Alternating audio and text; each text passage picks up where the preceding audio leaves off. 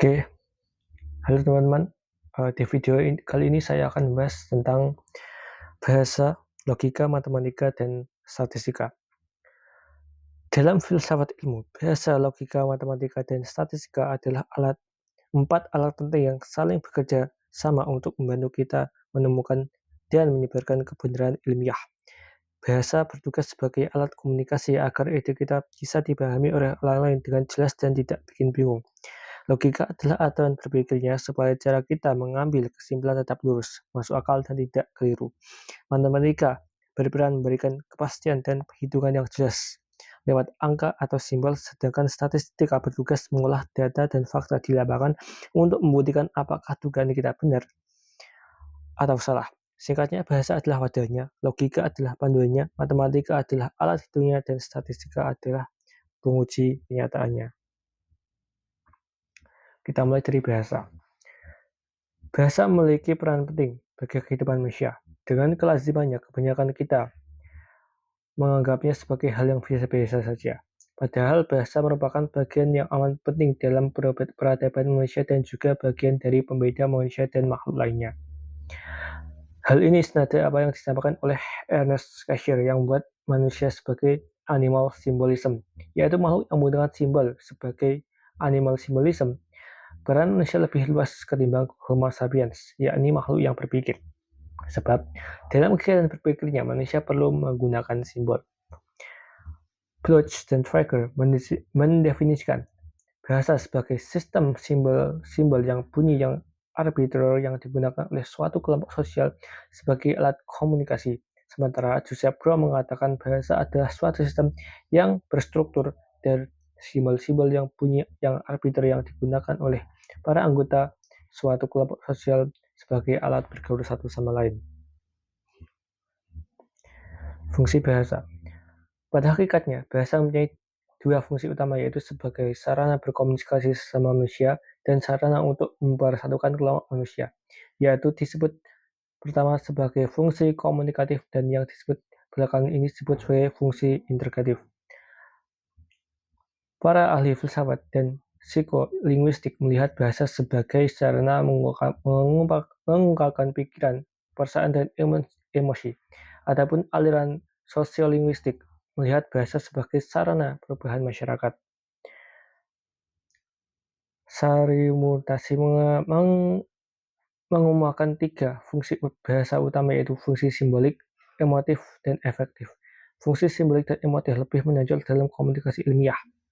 Adapun fungsi ekspresif, konotatif, dan representasional, bahasa ekspresif adalah bahasa yang terarah pada diri sendiri, yakni pembicara. Bahasa konotatif adalah bahasa yang terarah pada lawan bicara, dan bahasa representasional berada di luar pembicara dan lawan bicara.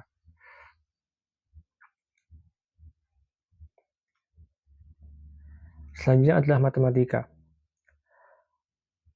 Pada struktur pengantar filsafat yang berkembang saat ini terbagi menjadi tiga bidang, yaitu filsafat sistematif, filsafat khusus, filsafat keilmuan.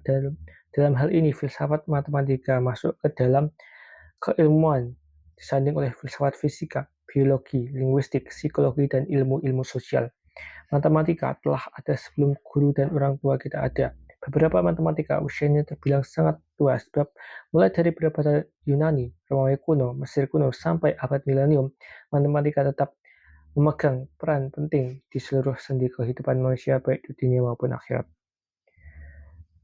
Menurut Junjun Zero Sementari, matematika adalah bahasa berusaha untuk menghilangkan sifat majemuk dan emosional dari bahasa verbal. Matematika lain merupakan bahasa melambangkan serangkaian makna dari serangkaian pertanyaan yang ingin kita sampaikan. Lambang matematika bersifat artificial, mempunyai arti setelah makna dilekatkan pada bahasa atau buatan.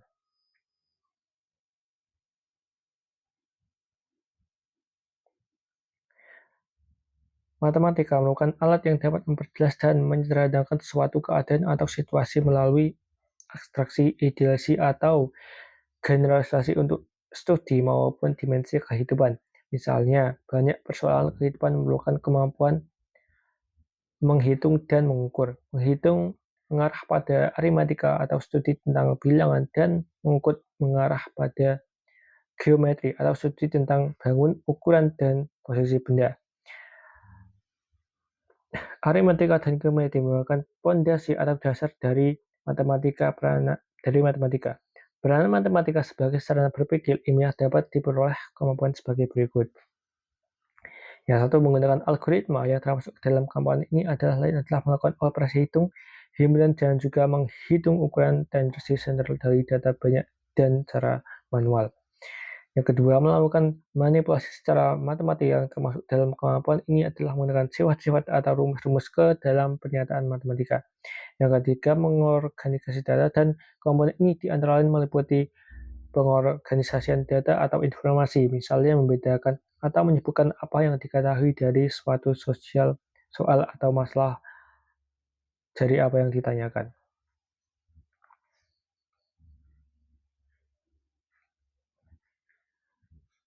Selanjutnya adalah statistik.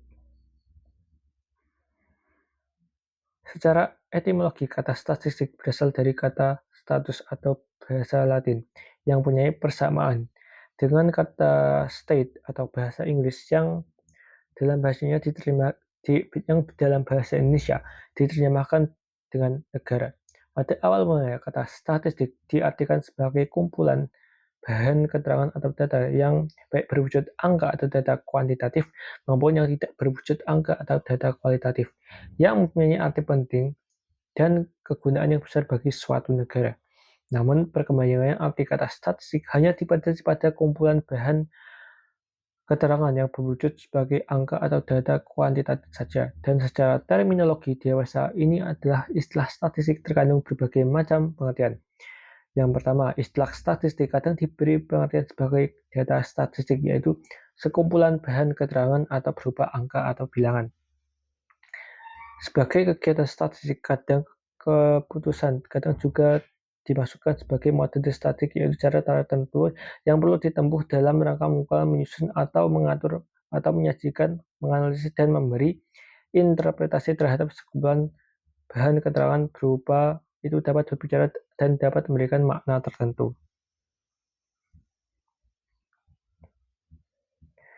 Yang selanjutnya adalah logika. Penalaran merupakan suatu proses berpikir yang membuat pengalaman agar pengetahuan yang dihasilkan itu mempunyai dasar kebenaran, maka proses berpikir itu harus dilakukan dengan cara tertentu. Suatu penarikan kesimpulan baru dianggap sahih apabila proses penarikan kesimpulan itu dilakukan menurut tertentu. Cara penarikan kesimpulan seperti ini disebut logika. Logika berasal dari bahasa Latin yang artinya logos, yang berarti sabda atau perkataan dalam bahasa Arab, dikenal dengan istilah mantik, yang berkata atau berucap. Dalam bahasa sehari-hari, kita sering mendengar ungkapan alasan yang tidak logis, atau tidak berpikir logis, atau yang lainnya. Jadi logis berarti suatu yang masuk akal. Oleh karena itu, dalam bahasa Yunani, logika berarti hasil pertimbangan akal pikiran yang diutarakan melalui kata dan diantarkan dengan bahasa. Logika merupakan salah satu cabang ilmu universal yang dikenal dengan istilah logika atau empirisme, Latin logika atau scientifica, atau ilmu logika, yaitu ilmu pengetahuan yang mempelajari percakapan untuk berpikir secara lurus, tepat, dan teratur. Bahasa ilmu objek materinya adalah berpikir ditinjau dari segi ketepatannya. Dengan demikian, logika adalah sarana berpikir sistematis, valid, dan dapat dipertanggungjawabkan. Oke, terima kasih.